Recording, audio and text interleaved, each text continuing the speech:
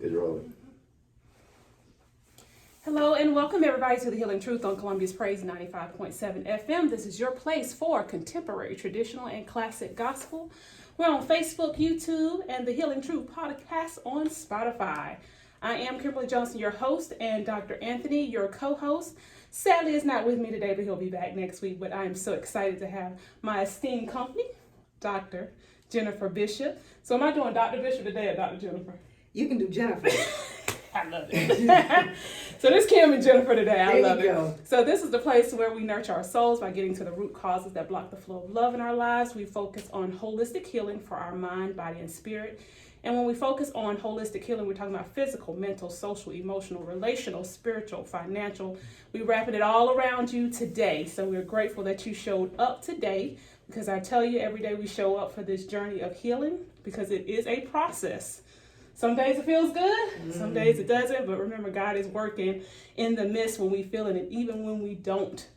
So we are loving out loud this month. We thank God that it's Women's Empowerment Month. Yes. And I told you, I gave a shout out to the Everyday Woman. We have amazing women in history, but you are amazing. You show up every day, and we appreciate you for everything that you do as a woman. So we thank God for you. And so with this, we are intentionally embracing and extending love that God has commissioned us to live and walk it out.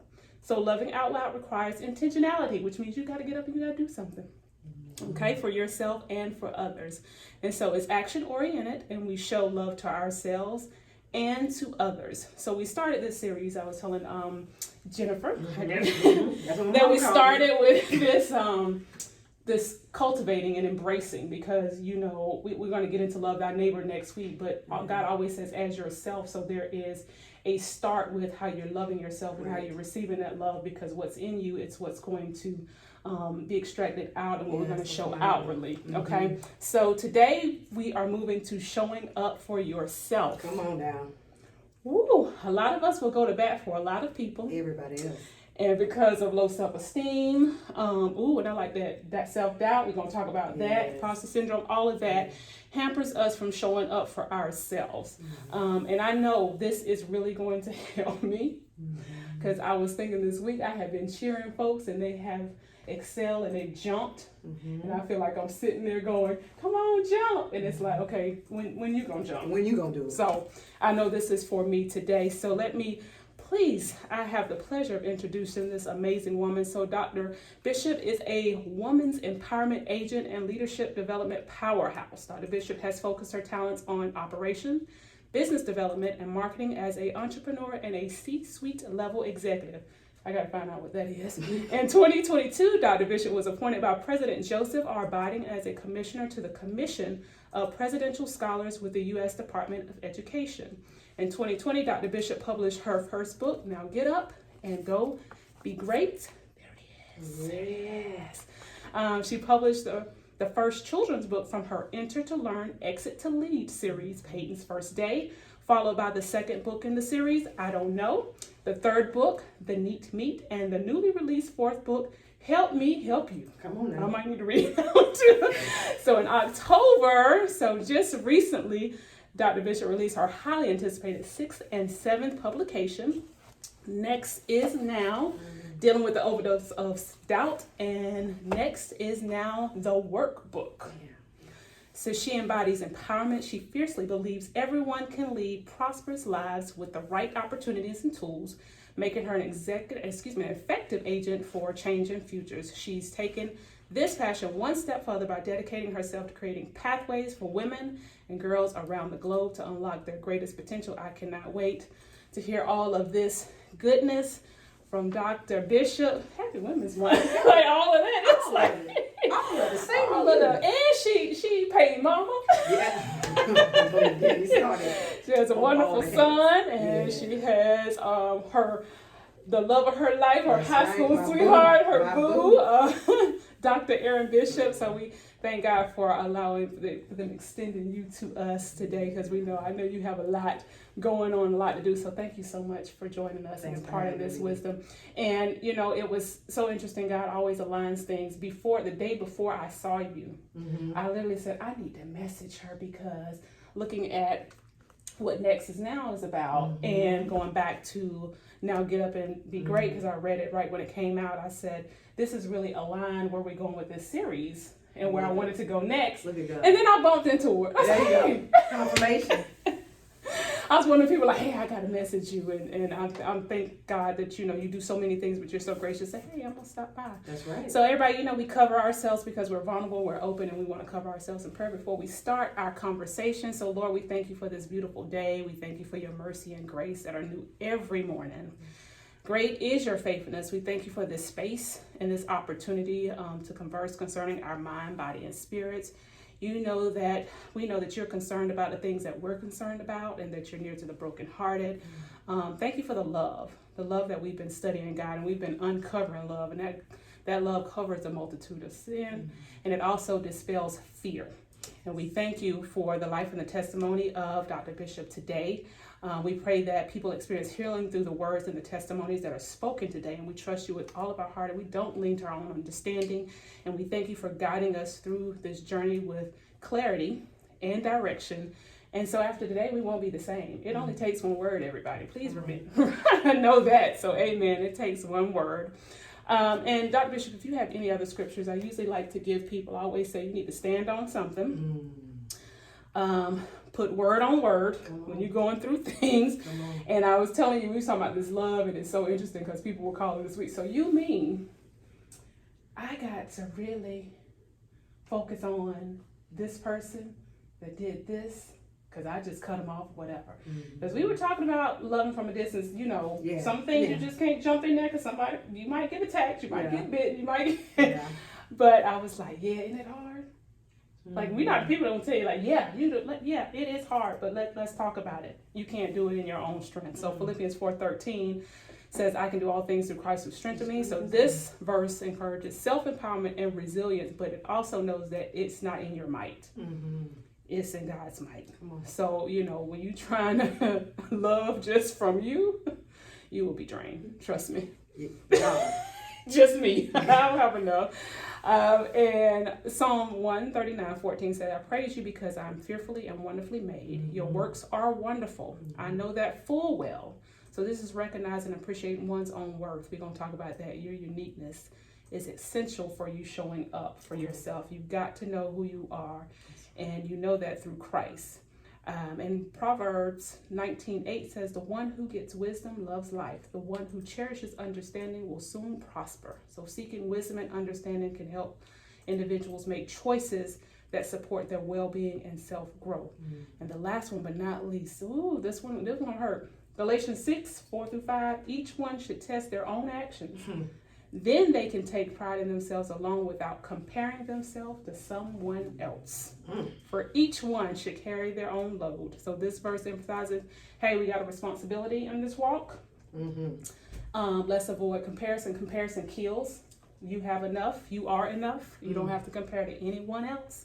So we're going to talk about showing up for yourself. But first, I told Jennifer that we always recap. So we were talking about that loving through tough times, and what it produces was resilience, and it strengthens relationship.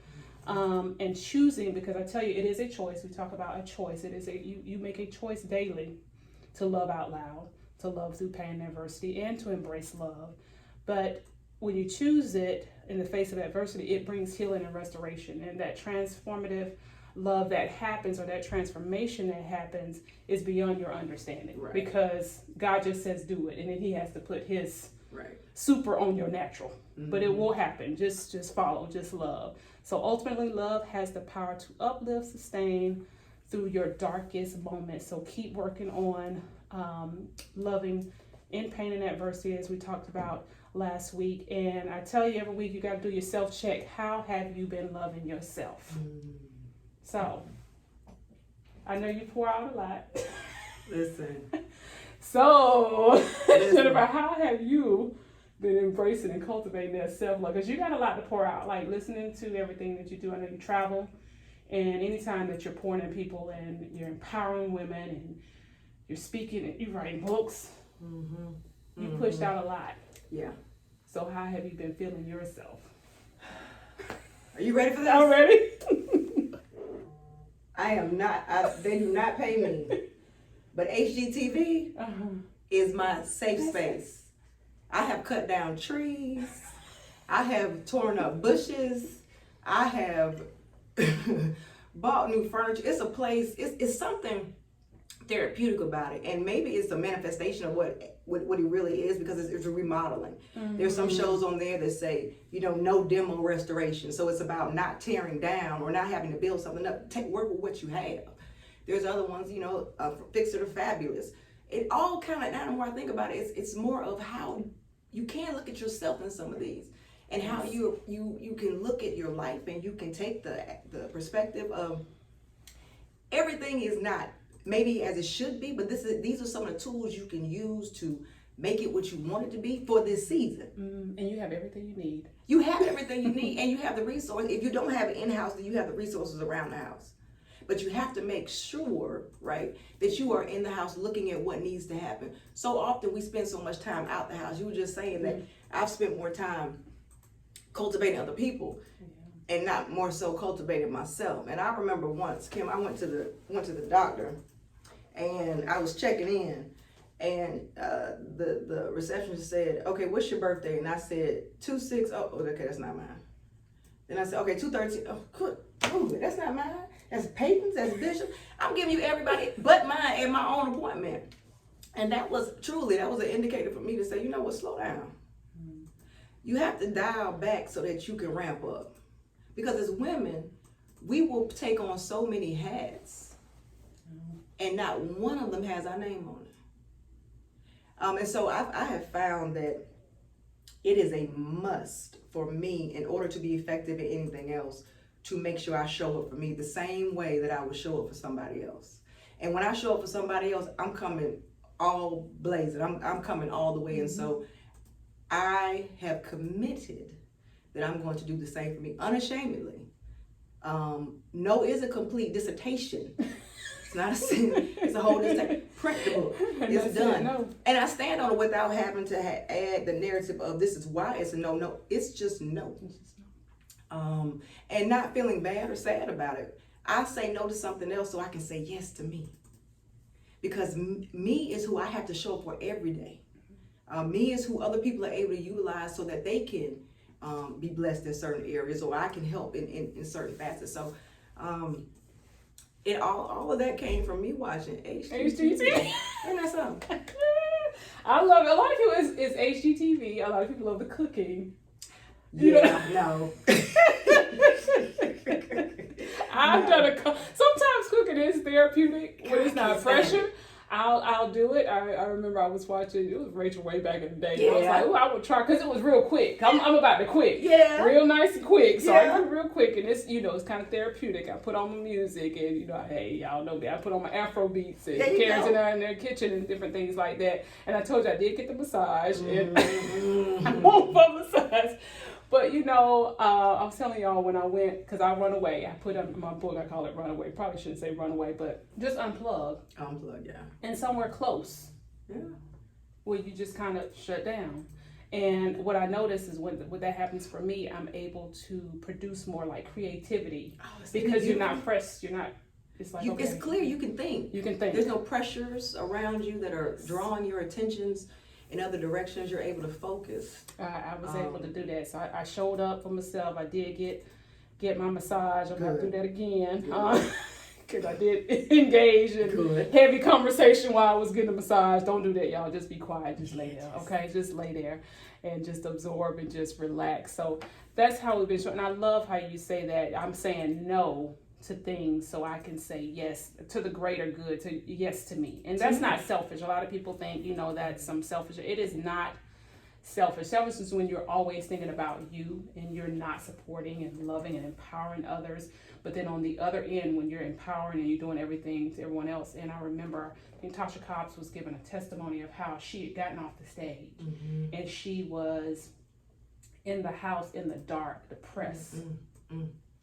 And it just been on a stage. Yeah. Telling people this is who you could be and praise or whatever, and went and it was in depression for a while. Yeah. It's we have to be so careful of the line that we're walking, because we can we show up for everybody else, but when it comes to us, we don't give the same effort. And I am a believer that is not the way God has intended it to be. And I think that I became a better mother. Oh yeah. I became a better wife. I became better at every other title when I became the best at being Jennifer. Yeah. And I'm just a believer in that. I want every woman to understand that, and I want every man, I want every person to understand. I want my son as he's growing up to understand balance, because that's what we're talking about. Spend time with God. Allow him. You can't hear him in all of the dysfunction of the noise and the chaos that is trying to battle for your attention. He's not going to battle for your attention. Yeah. Mm-mm.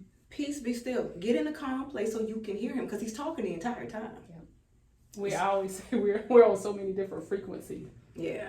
That God is constantly talking, He's constantly directing, He's constantly guiding. But because we go on so many different frequencies with the noises in our lives, we can't hear that voice a lot of times until we are still. And another thing I was cultivating is I have never been in the tub this much. Now watch now. I got you. Just being still in the tub. And My child has started honoring it. Yeah. Because you know how they are with you in the tub, the little ones. You okay? Knocking on the what door. You doing? Mine is mom, bruh. Oh, it's the brother. That's the brother. Girls That's the calling the brother. mom, bro. I don't understand. But just teaching that also, and I'm explicit like, okay, yep, I'm going to, because I when you first come in, you have to transition from your day a lot of times. Mm-hmm. And one of the things I said this week to Carrington, I said, yep, we're gonna have the full conversation because I'm gonna be present once Mama just decompress. That's what I tell her, to decompress, because if not, I'm still wired. I'm still running, and so it feels like more stuff is just hitting that frontal lobe and it's just packing on instead of just releasing it, decompressing, so I can be fully present when we had that conversation. When Bishop and I first got married, I remember he came home. He was already at home from work, and I came in shortly thereafter. And I came in and I was like, we got to, and he said, Jen, I just need 15. Just give me 15 minutes so I can recalibrate. And it was so interesting to me as I eventually understood what he meant by it, that he even knew then that you have to have that time just to say, oh, just hold on just a second, let me settle. And if you don't do that, we wonder why we have anxiety. We wonder why we face depression, as you talked about with Tasha Cobb. We wonder why we don't sleep well. We wonder why our health is deteriorating. And we wonder why, we don't hear God as clearly as we anticipate that we should when we do certain things. Like we're living and we're doing things that we think God would have us to do, but we don't hear him as clearly as we think that it should be heard. All of those things play into the factors of, being able to be closer to him so he can in turn be closer to you, because he hasn't moved. He hasn't moved. But we have allowed some things to move in the way. And so when you take that time to self-love, when you take that time to divest yourself of things that aren't, serving you well, the rewards change. Yeah. The rewards change. And you will hit a brick wall. Always put it in, like, if you're carrying something, you're carrying this person, you're carrying these emotions, you're carrying this job, and you're trying to walk and try to move forward, and everything is just weighing you down. And one of the things I said on my walk, as we talk about our journey, is surrender and rest. And rest oftentimes is shifting your perspective, and allowing God to just do what God does, and not doing busybody. Right. Because sometimes I'm a busybody, so I'm learning, like, okay, get your hands off of it. Yeah. If you've prayed and you're in position or whatever, allow God to speak, because what you're doing is you're trying to be God in a situation. So that was hard for me. It's like, okay, I'm in a season of just, okay. And you know, be still. you said something about resting, and you know, Kim, I don't think a lot of us know what rest is, what it looks like, what it feels like, what it tastes like. And if we don't know, then how can we teach the generations that are coming after us? And so it behooves us to get this right so that we can pass this on. There are generational curses that we have to break, and it's not just, you know, whether it be drugs and you know, the wealth inequalities and so forth. It's also the mental, social, emotional, and spiritual health generational curses that we are passing down, and we've got to stop it. Yeah, someone was asking, they were doing a poll, they said, you know, what do you think is the most exhausting, mental or physical? And the first thing I said was mental. Listen, I said your body will stop for you. Your body, that mental will impact everything, and it will, you know, and we always talk about getting to the root causes, because a lot of emotional bricks, we call them emotional bricks, and that's your resentment, that's disdain, all of those things, disappointment, frustration, anger, will end up in your body, internalize it in your physical body, changing your heart rate, when your heart rate is changing, your heart pumps blood, so it's changing your breathing, because it's getting oxygen in and out, and that blood is going, and it's like, okay, if the rhythms change, the flow is going to be hampered, your breathing is off, everything, your high blood pressure, you can't sleep, that's insomnia. All of these things are factors. When you're not asleep, you get up irritated. You're going through the day irritated. It's going to show up in your physical mind and body. But yeah, I am on the journey of like, what does rest look like? Yeah. What does that mean? And add this caveat to it. What does rest look like in this season? Because who you are today is not who you were yesterday, and it won't be who you are in a couple of days, couple of weeks, and so forth. And so we have to be able to know that change is constant and change will take place. We are always changing. Our life circumstance changes us. Who we meet, what we learn, it changes the trajectory of where we're going. And so I like that. You can't stay in the same place or use the same tools you used then to handle who you are right now, because you're not the same. Different. So what rest looked like then, rest for me then, it wasn't watching HGTV. That wasn't rest. But now it is. Mm-hmm. And so I embrace it, but I also recognize that, you know, I allow myself the latitude to grow, and allowing yourself the latitude to be able to engage your next. We stop, don't be stagnant in today, and not prepared for what's coming, because it is coming. There's no stopping it. Two things are undefeated: the internet and time. The internet is undefeated. And so time is ticking away, and life circumstances will change how you look at things, because it's going to change what you encounter. Mm-hmm. And we have to be prepared for those changes. So I have this I always talk about the why. I got in trouble as a why flower. And why? But when I got to, and this is a book next is now I'm reading out like why I wrote this book, because I always want to talk. When you birth stuff like this, I want to know where it come from. Yeah. That's why. So when I read this, is in my first book now, Get Up and Go Be Great, I focused on giving inspirational and affirming thoughts on how one could get up after being knocked down. Mm-hmm. And I didn't want people to merely get up. I wanted people to do it now during their thoughts of helplessness and inferiority. Mm-hmm. I wanted people to have the audacity to get up and go be great despite what circumstances may look like, even what they may be telling themselves. Self-talk. That's it. I wanted to encourage people to realize that they may have had a momentarily slowdown, but it was not permission to stay down. Come on. Everyone has a healthy dosage of anxiety and fear. And I underline that because I said these are emotions. They happen. But when they are hoarded and they locked in and they start festering, they start growing, the problem occurs when a person overdoses on it. We're human. We all have fear. Yeah. We all have doubts. We all have that part.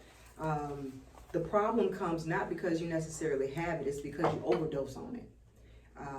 Small dosages of fear will allow you to see things in a perspective where you will say, you know what, if she can do it, I can do it, and I can get better. It keeps you out of complacency. Mm-hmm.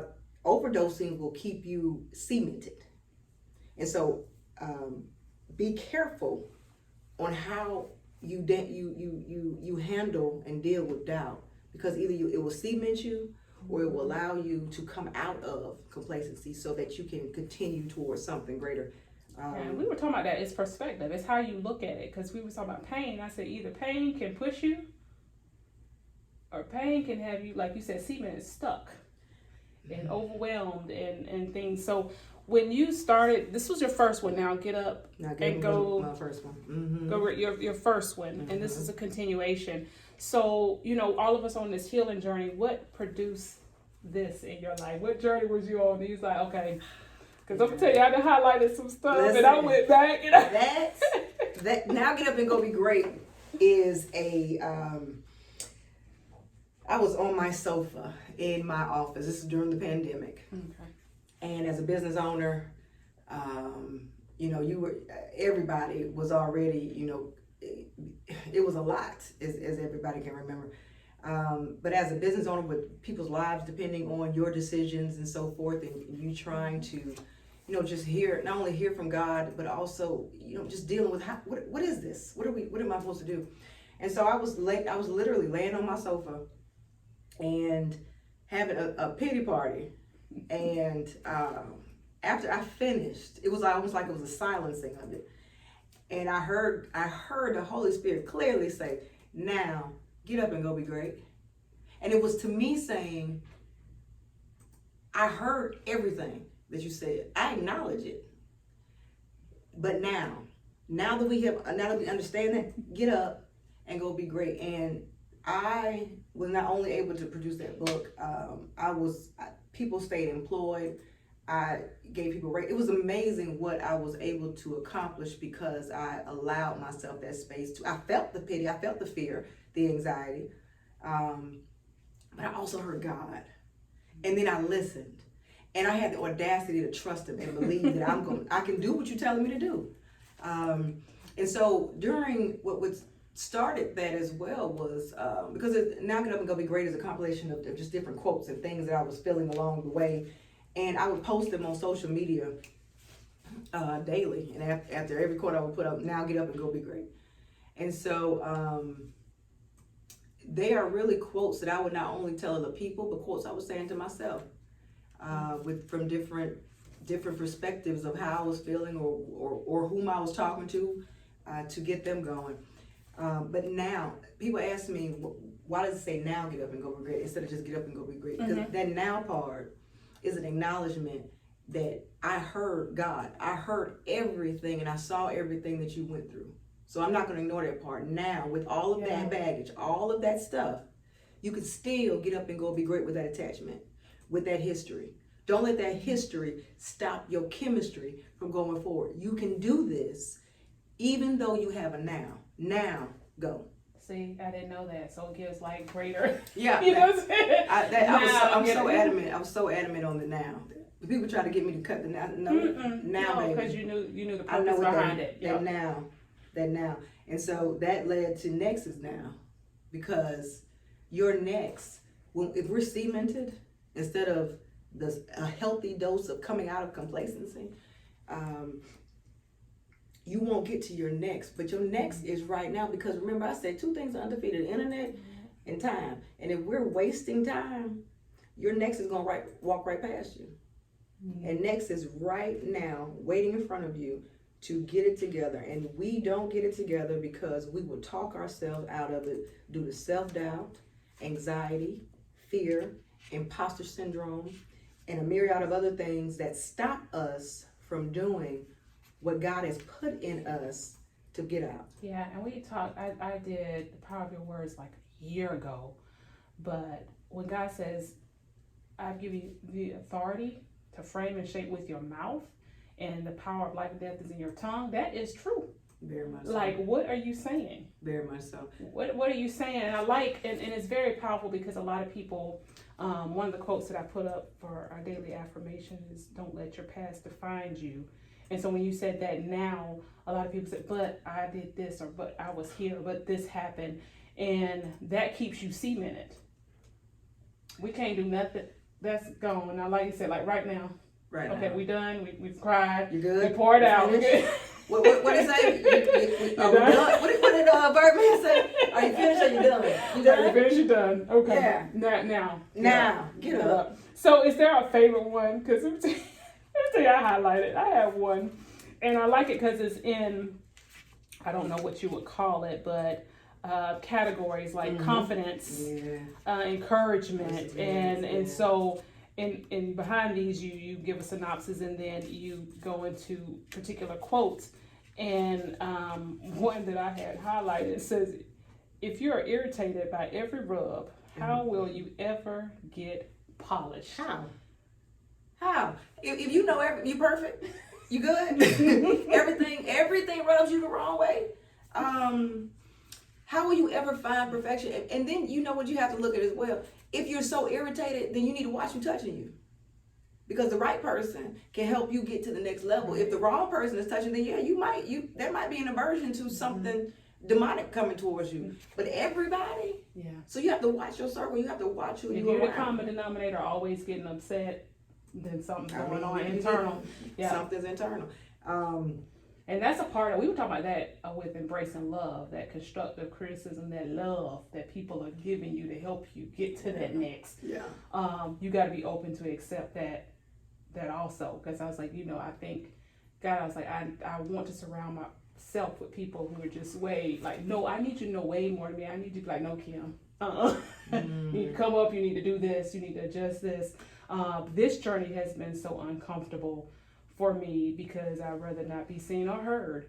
I'm a background person too. I'd rather not. rather But be. when God says something and There you then go. you just walk, like you said, I had the audacity to trust Him. I had the audacity. Now where it's going, I don't know.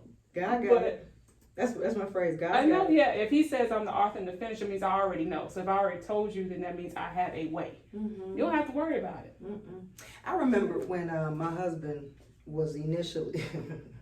So when my husband came home and said, "Jennifer, I got the call," and I said, "From who?" And he said, "From God, fool, to pastor. I'm going to accept the call to pastor." And I said, "Well, best wishes." Because that's not, God didn't call me. You sound like Michelle Obama talking. It is so real. It is so real. Oh, that's not. And I said, that's not, the God didn't call me. God didn't. And I was literally ready to divorce that man. I'm serious. I was literally ready, and I had good friends who talked to me and said, one of them said, "Jennifer, the man said he wanted to follow God, he wanted to be a kingpin." I said, "Well, kingpins make more money for at least a little period of time." I mean, I don't understand. I didn't understand when my friends weren't understanding me. Hey, that's the other truth. Hey, I'm so serious. And then there was a time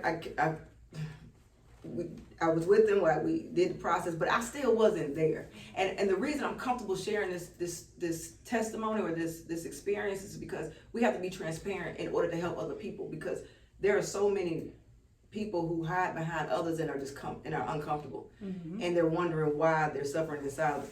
So eventually, it was like God had a conversation with me.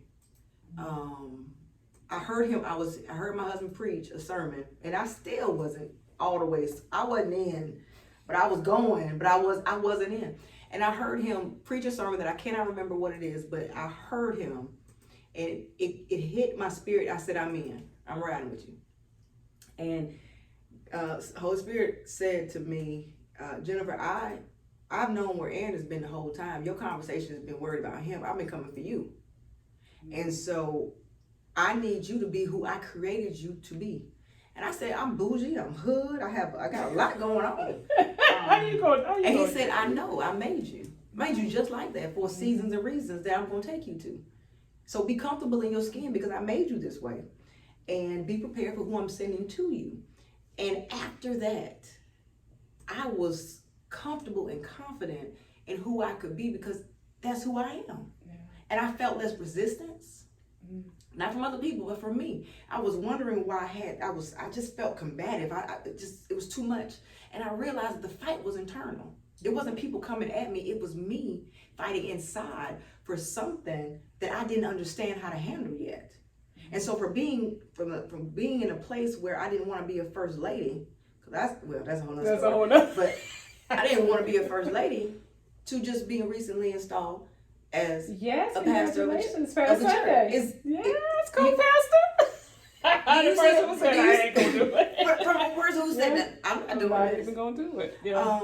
And so I think that we have to own our own. It's not about somebody else. It's about God coming for you, talking to you, cultivating you, despite and in spite all of the baggage that you think you have. It's usable. But you think about it. You think about who God used. Look at who he used. And he knows you. And that's why I said his love covers, it protects. So, and that sin is covered is that missing the mark. He knows you're not perfect, but he knows you have this that somebody else needs. So he's going to use, God is not, we put God in a box of saying, I need to be this in order for God to use me. Mm-hmm. I need to be, have this or come from this pedigree or do this. It does not matter. If you are here, you are breathing. I tell people you made it through. And that's going to be our next series, I Survived. You are here, you are breathing. There's purpose for who you are. You don't have to be anybody else. Listen, I told folks I've run like Jonah. I have questioned like Job, and he still uses me. And I've grown from it all. And so now I can sit in a seat and say, God is able to do exceedingly abundantly above all that we can think or ask. And then Esther 4:14, who knows that you have been called for the kingdom for such a time as this. And I can stand 10 toes down, resolute, steadfast, and say, I've been called. Mm-hmm. I've accepted the call, and I know the things that may come with it. Yeah. And that's amazing when you accepted it. The fight. What happened with the fight? We literally are arms are too short to box with God. Literally. And so that fight went away. You have this anger, it's this anger, it's this thing inside of you, and you're wondering, why do I have so much resentment and all these emotions? And when you just give it to God, and see, this is something else I've talked to people about as well. We have to find that safe space. A lot of us may not have been brought up to understand truly what a safe space is. But when we cultivate it in the seasons that we're in, and you can truly say, God, I'm giving this to you, and I'm walking off. Because Jennifer's hands can't handle it. So you got it, God. You said you got it. There you go. Yeah. And I thank God for that. I thank God for the safe space, because that's one of the things that, I wanted this to be. And I always say the vulnerability and the transparency is like, I had a lot of pride in that area. So to be able to do this is huge. But it's like, when I say I don't care about the image of a thing. Mm-hmm. When we're being vulnerable and transparent, well, why would you say that? Or why you say that? You should, we've been taught, take that to your grave, or don't say that, or don't mention that. No one should know that. Yes, people need to know that, because that brings freedom. It does. And the testimony. So thank you for sharing that, because a lot of people will hoard things like that, and they're still battling. And that's a problem. And it really is. It's a war. It's a problem. And we're not winning the war. So I am a person that believes that we should, on the journey of how you get to a place of peace, because what I will do at all costs is protect my child, my husband, and my peace. Mm-hmm. And my peace may come before those two. But my peace is paramount. And I got to that place because I know what it's like to not have it. Yeah. And once I experience peace, I'm not leaving it. I'm not going to leave it. And so it will change the thoughts that you have.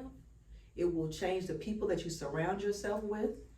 It will even stop you from talking about you. There's a lyric from that I think it's in the Beautiful Ones that Prince says, and my husband and I will use this when we talk about, we talk to people who are about to get married or in relationships, what have you.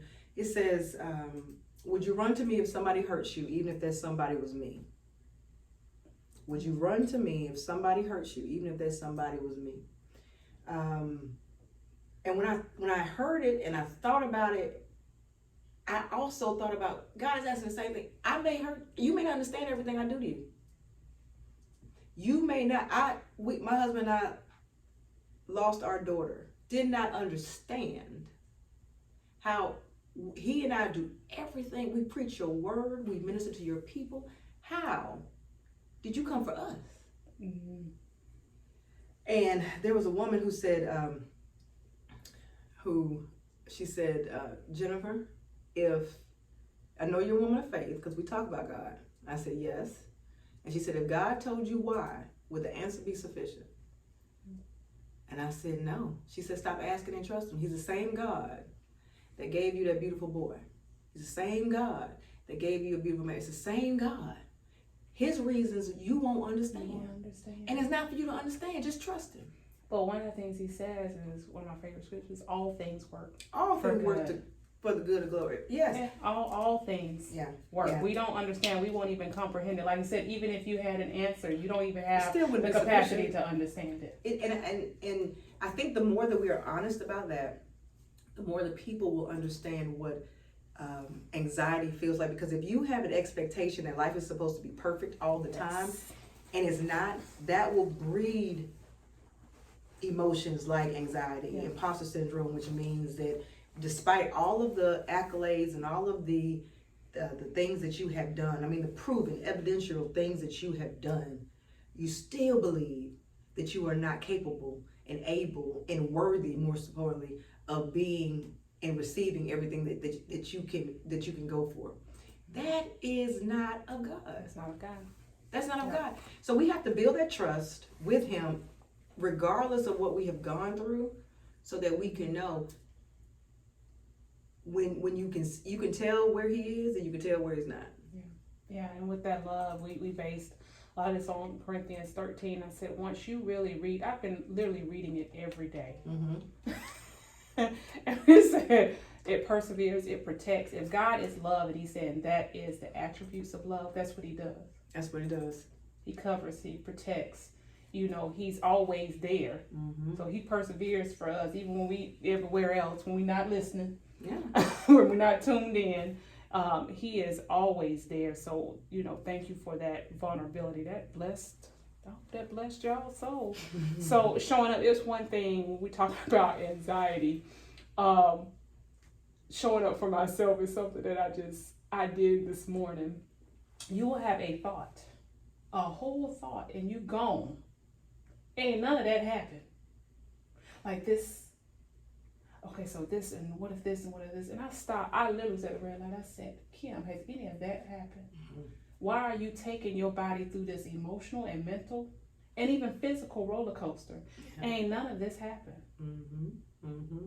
And God gives you strength for today and hope for tomorrow. The strength for today is for you to remain present in what is going on. Mm-hmm. And that's literally how I had to show up for myself, because I was like, no, that's not happening. Mm-hmm. And take captive of that thought, because we were talking about all the thoughts that are coming. You're thinking a million thoughts at one time. Mm-hmm. What are you doing? Mm-hmm. So I am an affirmation girl, so this is why it was just so great for me, because I do daily affirmations and things, but this probably was the most powerful one. This was under the encouragement one. And it says, you do realize that you can lose your mind waiting on them to make up theirs. You do realize that, right? Seriously. And I love the way it's said, because it's like somebody looking at you like, okay, you do know this. You will lose yourself waiting on somebody to try to see your value. Well, first, they may be seeing whether or not you see your value. Right. And so, again, I don't believe that it's selfish to focus on yourself. I think that we have to put ourselves in the equation. Yeah. Because we're worthy to be in the equation. You do a reflection. Mm-hmm. Well, how people are treating you is really a direct reflection on how you see yourself. Mm-hmm. Have you ever showed up for somebody the way that you would you show up, like just as you said, you show up for somebody how you would want somebody to show up for you, and then you show up and then it's not reciprocated to the same level, and then you may feel, well, why would you may never say it, but you internalize it. You feel it. All of that is a part of the learning process. It's not to say that you have to change what you do. It may be that you change who you do it for. Right. But I think that's all of the parts of when we feel those emotions that we analyze it, we look at it, we take the time to not put ourselves on the back burner and say, oh, well, that doesn't mean anything. No, it means a lot because it's going to change potentially the trajectory of how you live your life and how you engage other people. And most importantly for me in the season I'm in, how I train my child as to what the man that he's going to be, and then the children that he would raise, and also being able to be the man for that's legacy, who he's going to encounter. So I just believe that we have it's a part of what we're supposed to do for our generations. There's some curses that we have to break, and I think that getting control of our mental health and understanding how powerful and purposed we are individually will help us in helping other people. So I was thinking about like practical ways of equipping ourselves to show up, and one of the things like self-doubt is dispelling doubt, and a lot of internal work has to go on. Yeah. For you to show up for yourself. Mm-hmm. Who do you say that you are? That part. Today, well, see, this is the other part. Who do you say you are today? Because again, I'm not Jennifer who was 4 years old. Right. I'm not the same one when I was 24 years old. So who am I today, and not focusing on who she was, but who does she want to become? Because that's the road we have to go in.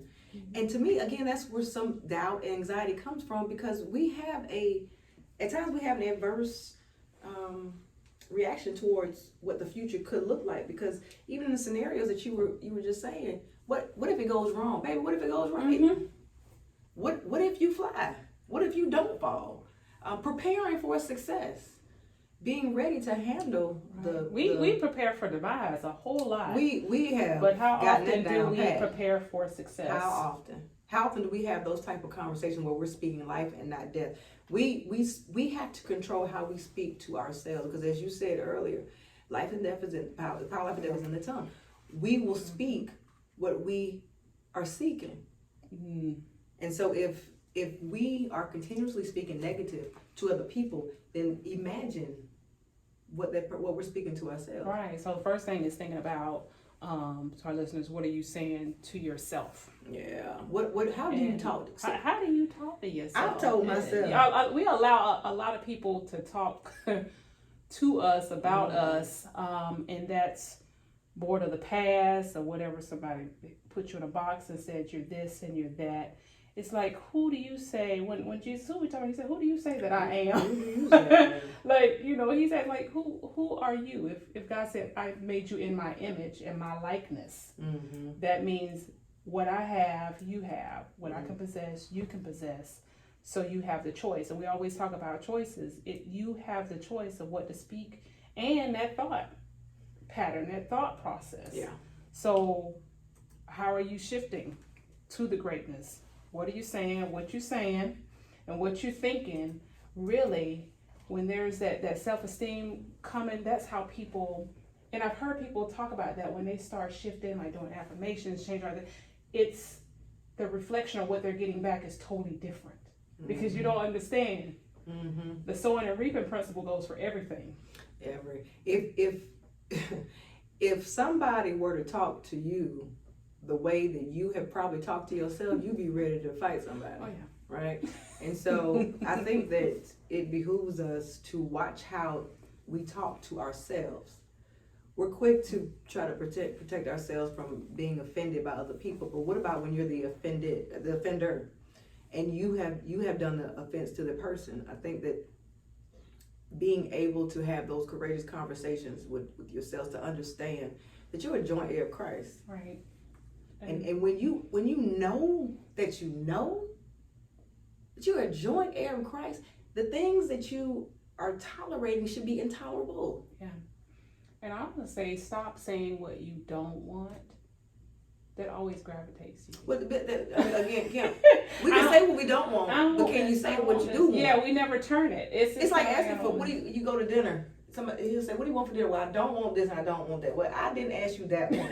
I asked you, what do you want? And when you can't articulate what you do want, then you haven't spent time trying to figure out, what do you like? So again, we cannot navigate from the part that you have to spend time with yourself. Yeah, I like that, figure those figuring things out out. what you got, what are you saying to yourself, and then figure out what a lot of people do not know. Basically, we it's haven't things like spent what you time. like. We haven't spent Which- time with ourselves to What do say, I this is like? what I like. This is what I enjoy. We focus on, this is what I don't like. This is who I don't like. This is what I don't want to do. Well, okay, good. Got it. Now, what do you want to do? How do you, what makes you happy? What does happiness look like? What is joy to you? What is peace? What is tranquility? What is love? What are those things? Because if we switch the narrative from speaking negatively, which is where anxiety, self-doubt, imposter syndrome live, then we can go towards the positivity of the love, peace, and serenity that we're all seeking. That's where joy resides. And you have to decide and make a decision, where do you want to reside? So I really, because we're talking about the negativity and shifting, and when you start speaking, and that's why I always say, quotes, affirmation, reading. That's why I always give you scriptures, because you need things to stand on. Because a lot of times I feel when I'm feeling some kind of way, because I have quoted so much, because I have read, I've spent time, like you said, I've spent time, and I've dived in, it immediately come up. Mm-hmm. And contradicting that negative thought. Mm-hmm. And then we always talk about becoming aware of where you are. Mm-hmm. That's one of the things we said, one of the most powerful things is knowing exactly where you are. That's good. And how to deal with it. That's good. And it's not condemnation, that's love. Mm-hmm. Because you need to bring it to the forefront so we can deal with it. Because what what we don't deal with is going to deal with you. Mm-hmm. And it ain't gonna be a good deal. We wrapped up. True. So when people are stifled there and we're trying to shift to the greatness, I want you to talk about the imposter syndrome because it was self-doubt and imposter syndrome, right? Huge. And the next is now. Mm-hmm. And I've heard a little bit of imposter syndrome, but really from the root of what you're talking about, what does that come from with the next is now, the imposter syndrome? Imposter syndrome is a child of anxiety and self-doubt. It is, again, people who have achieved monumental things and still have this seed, this thought that there still aren't enough. Regardless of what you have done, what you're on the trajectory of doing, you still believe that you are not worthy. It's a phrase that's a new phenomenon, but it's starting to go into the area of people who have achieved. Michelle Obama has imposter syndrome. Asia Wilson has said she's had imposter syndrome. A lot of people have had it. Those people Harriet Tubman had imposter. A lot of people have experienced it and did not know what it was. Yeah. And so for some to be able to label and say, this is what it is, so I know how to deal with it, has been, what the benefit of knowing the name for it. But we still have to work on it. We still have to deal with it. And again, it is a child of having self-doubt, not thinking that you're good enough, that you're worthy enough. We know too much about ourselves. And because we know everything, I know everything about Jenna, then I will use everything against her when she's thinking that she can do something greater. And so we have to learn to put ourselves in check. Yeah. Forgive ourselves. But you have to participate in the process of being able to propel yourself towards your future. And that means forgiving you, healing you, so that you can move to the next part. And so that's why, even with Next is Now, the actual book, I created a workbook because you have to have steps to get towards it. We can talk about the problem, but where's the solution? Yeah. And some things that people use to help with doubt is, one, changing who you may be around. Maybe your circle of influencers are not influencing you in the right direction. A lot of people may journal. You sleep. Changing habits. Those things, but it all comes from you figuring out who you are, why you're doing the things you're doing, and again, where does your happiness come from? Asking yourself those important qualitative questions that will get you to the results that will change what your life is like. Man, that had me, because one of the things I said, it was about 2 weeks ago, Lord, don't look at me crazy, but I said, I don't even want to do this no more. I said, because this is hitting hard. We talk about, condemnation, and, we say love ourselves. And I tell you all the time, we don't live in condemnations or whatever. But when you start that judging and that self-doubt and all of that, it's like you're beating yourself down internally. And I'm just like, okay, I'm speaking of this, and I am working through this. This is a journey, and it's a process for me.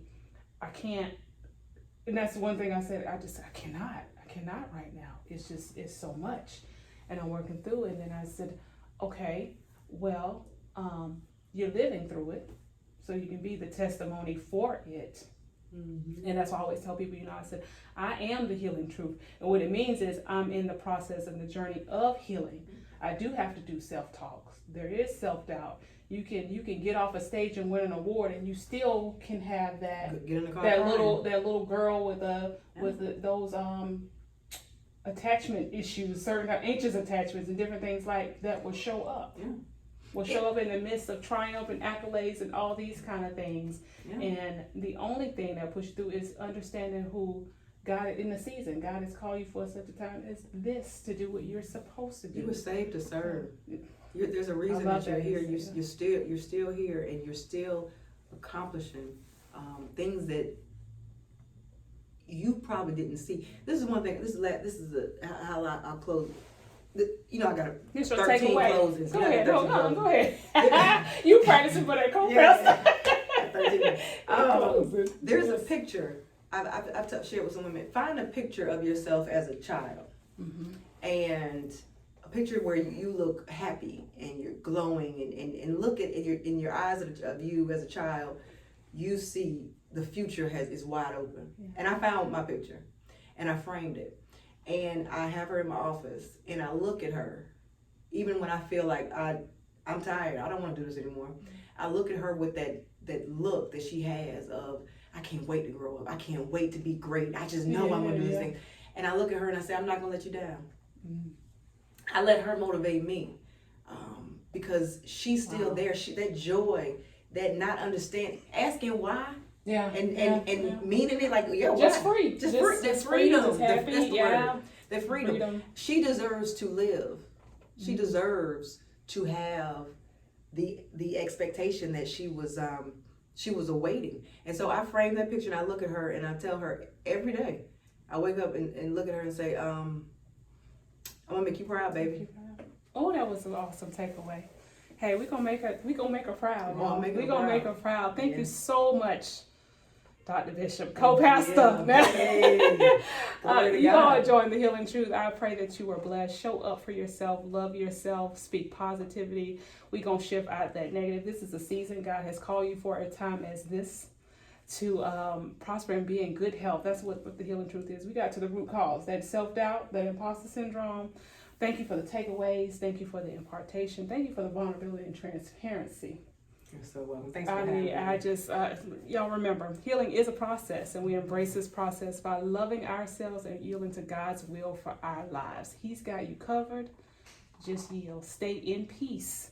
And we're going to see you next week. We're going to talk about, what does it mean to love thy neighbor? We're talking about that next week. We have two amazing guests coming. You don't want to miss it. Beloved, I pray that you prosper and be in good health, even as thy soul prosper. And that is the Healing Truth. God bless you. We love you. We pray that God expands your ministry, takes you far beyond what you even thought. And because today you imparted towards so many people. Thank you. I can't wait to and see what's next. I'm praying for this platform. I'm praying for you too.